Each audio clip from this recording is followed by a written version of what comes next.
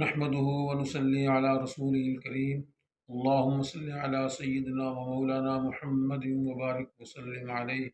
عن عمر بن الخطاب رضي الله تعالى عنه قال: سمعت رسول الله صلى الله عليه وسلم يقول: إنما الأعمال بالنيات، أو كما قال عليه الصلاة والسلام۔ حضرت عمر بن خطاب رضی اللہ تعالیٰ عنہ سے روایت ہے، وہ فرماتے ہیں کہ میں نے سنا رسول اللہ صلی اللہ علیہ وسلم نے ارشاد فرمایا: انما الاعمال بالنیات، تمام اعمال کا دار و مدار نیتوں پر ہے۔ یہ حدیث ہمارے سامنے 3 دن سے اس پہ بات ہو رہی ہے، مزید اس پہ تھوڑی سی گفتگو کو آگے بڑھاتے ہیں۔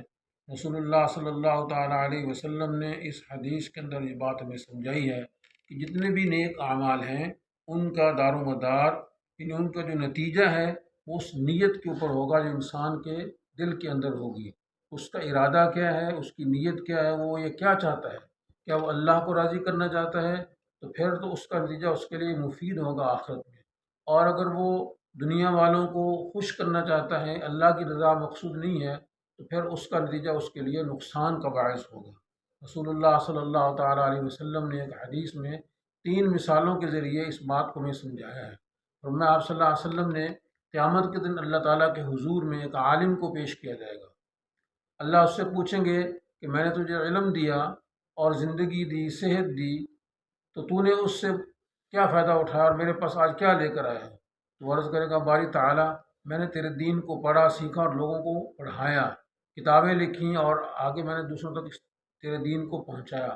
اللہ فرمائیں گے: لیقال انک عالم، تو نے سب کچھ اس لیے کیا تھا تاکہ لوگ تجھے عالم کہیں، سو لوگوں نے تجھے کہہ دیا تیری نیت خراب تھی، آج تیرے لیے میرے پاس کچھ نہیں ہے۔ اللہ کی طرف سے فرشتوں کو حکم ہوگا کہ اس کو گھسیٹ کر جہنم کے اندر ڈال۔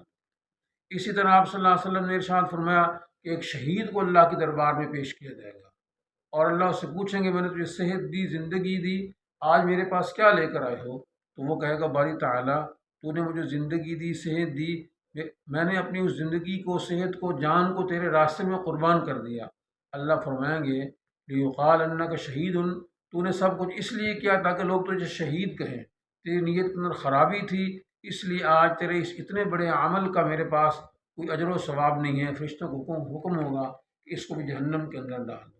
اسی طرح ایک سخی کو لایا جائے گا، اس سے بھی اللہ تعالیٰ یہی سوال کریں گے اور اللہ فرمائیں گے: تو نے سب کچھ اس لیے کیا، تو نے میرے دی ہوئی دولت کو، مال کو دوسروں پر اس لیے خرچ کیا کہ یقال انک جواد، تاکہ لوگ تجھے سخی کہیں۔ سو وہاں پہ دنیا کے اندر لوگوں نے تجھے سخی کہہ دیا اور آج تیرے لیے میرے پاس کچھ نہیں ہے۔ آپ صلی اللہ علیہ وسلم نے معاذ بن جبل رضی اللہ تعالیٰ عنہ سے فرمایا: اخلص دینک یکفک العمل القلیل، اپنے دین کو خالص کر لو، تھوڑا عمل تیرے لیے کافی ہو جائے گا۔ بہرحال بات یہ ہے کہ یہ حدیث پورے دین کا خلاصہ ہے۔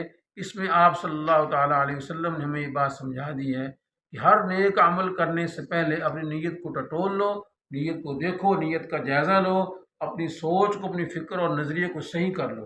اگر تمہاری نیت صحیح ہوگی تو اس کے مطابق اللہ کی طرف سے اجر و ثواب کے مستحق ٹھہرائے جاؤ گے، اور اگر تمہاری نیت خراب ہوئی، دکھاوا مقصود ہوا، تو پھر وہ جتنا بڑا عمل بھی ہوگا وہ اللہ کے حضور میں اس کی کوئی ویلیو اور قدر و قیمت نہیں ہوگی۔ اللہ بھی اس حدیث کی صحیح سمجھ نصیب فرمائے اور عمل کرنے کی توفیق نصیب فرمائے۔ وآخر دعوانا الحمد للہ رب العالمین۔